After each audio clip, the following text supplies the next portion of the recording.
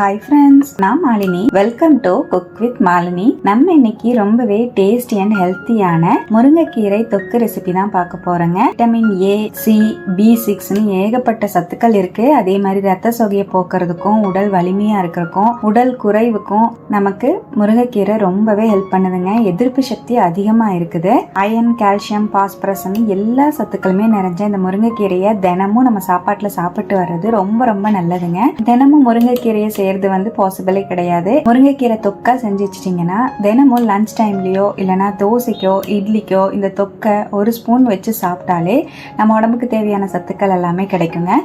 ரொம்ப டேஸ்டியான இந்த முருங்கைக்கீரை தொக்கை எப்படி செய்யறதுன்னு இப்ப பாக்கலாங்க. முருங்கைக்கீரை தொக்கு செய்யறதுக்கு நான் இன்னைக்கு இந்த மாதிரி 4 கைப்பிடி அளவுக்கு முருங்கைக்கீரையை நல்லா வாஷ் பண்ணி அப்படியே எடுத்து வச்சிருக்கேங்க. 2 கட் அளவு முருங்கைக்கீரை நான் எடுத்திருக்கேன். மொத்தமா முருங்கைக்கீரையை நல்லா உருவிட்டு வாஷ் பண்ணி அப்படியே உலர்த்தி வச்சிருக்கேன். இது அப்படியே இருக்கட்டுங்க. முருங்கைக்கீரை தொக்கு செய்யறதுக்கு ஒரு பெரிய லெமன் சைஸ் அளவுக்கு புளியை ஃபர்ஸ்ட் ஊற வச்சுக்கலாங்க. புளி ஊறி வரட்டும், நம்ம மற்ற ப்ராசஸ் எல்லாம் செய்யலாம். இப்ப பேன்ல 1 டீஸ்பூன் நல்லெண்ணெய் சேர்த்துக்கலாம். தொக்குக்கு நல்லெண்ணெய் சேர்த்து செஞ்சீங்கன்னா ரொம்பவே டேஸ்டா இருக்குங்க. உடம்புக்குமே ரொம்ப நல்லது. ஒரு 10ல இருந்து 12 மிளகா சேர்த்துக்கலாம். நீங்க உங்க காரத்துக்கு தகுந்த மாதிரி மிளகா சேர்த்துக்கோங்க. நான் 12 மிளகா பக்கமா சேர்த்திருக்கேன். நல்லா வறுத்துக்கலாங்க. வரமிளகா நல்லா வறுபட்டதுக்கு அப்புறமா இதை அப்படியே வெளியே எடுத்துடலாம். மிளகாய் எல்லாம் நல்லா வறுபட்டுருச்சு, நான் வெளியே எடுத்துட்டேன்.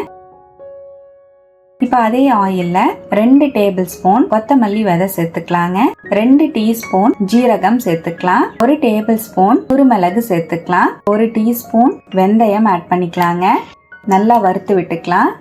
நம்ம சேர்த்திருக்கிற மல்லி, குருமிளகு எல்லாமே நல்லா வறுபட்டதுக்கு அப்புறம் வெளியே எடுத்துடலாம். பாருங்க, இந்த அளவுக்கு நல்லா வறுபட்டுருச்சு.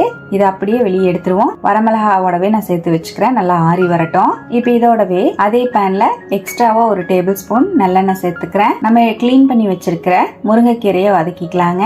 4 கைப்பிடி அளவு முருங்கைக்கீரை சேர்த்துக்கலாம். ஃபர்ஸ்ட் நான் 2 கைப்பிடி முருங்கைக்கீரை சேர்த்துட்டு நல்லா வதக்கிட்டு பாதியா சுருண்டதுக்கு அப்புறமா மீதி 2 கை அளவு சேர்த்துக்கலாம். ஒட்டுக்கா சேர்த்தோம்னா அதிகமா இருக்கும், நமக்கு கிளறதுக்கு வசதி இருக்காது. இப்ப நான் 2 கைப்பிடி முருங்கைக்கீரையை சேர்த்து நல்லா இந்த மாதிரி கலந்துட்டேன். இப்ப பாதியா சுருள ஆரம்பிச்சிருச்சு. இந்த டைமிங்ல மீதி இருக்கிற 2 கைப்பிடி அளவு முருங்கைக்கீரையும் சேர்த்து வதக்கிக்கலாங்க. பாருங்க, நல்லா வதக்கிட்டே இருக்கேன். சீக்கிரமாவே கீரை நல்லா வதங்கி வந்துருங்க.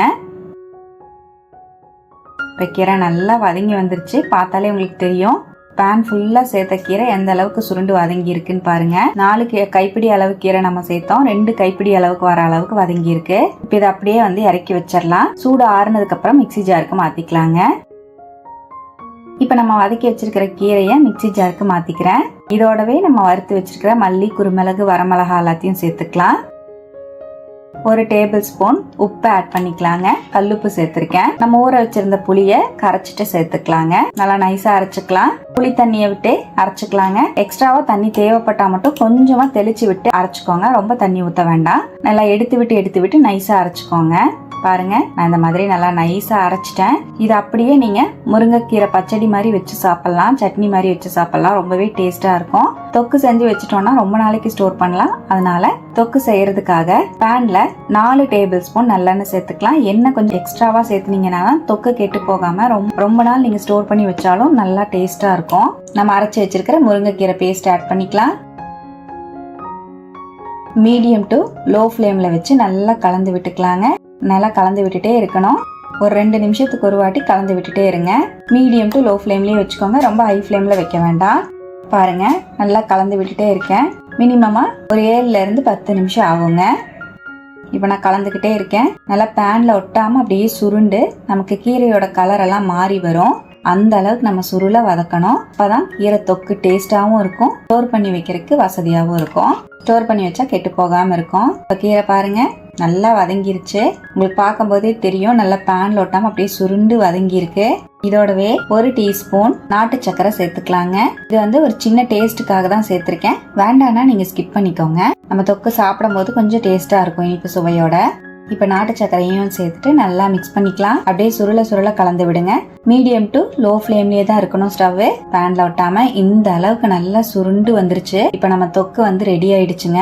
அவ்வளவுதான். இது நல்லா ஆறுனதுக்கு அப்புறமா நம்ம கண்ணாடி பாட்டில்ல போட்டு ஸ்டோர் பண்ணிக்கலாம். நம்ம தொக்கு ரெடி ஆயிடுச்சுங்க. அந்த பாட்டில்ல அப்படியே ஸ்டோர் பண்ணிக்கிறேன். எனக்கு மினிமமா 3ல இருந்து 4 மாசம் தொக்கு வரும். ரொம்பவே டேஸ்டி அண்ட் ஹெல்த்தியான முருங்கைக்கீரை தொக்கு தினமும் ஒரு ஸ்பூன் அளவுக்கு நம்ம சாப்பாட்டுல கலந்து சாப்பிட்டு வந்தோம்னா உடம்புக்கு ரொம்பவே நல்லதுங்க. கண்டிப்பா இது போல ட்ரை பண்ணுங்க.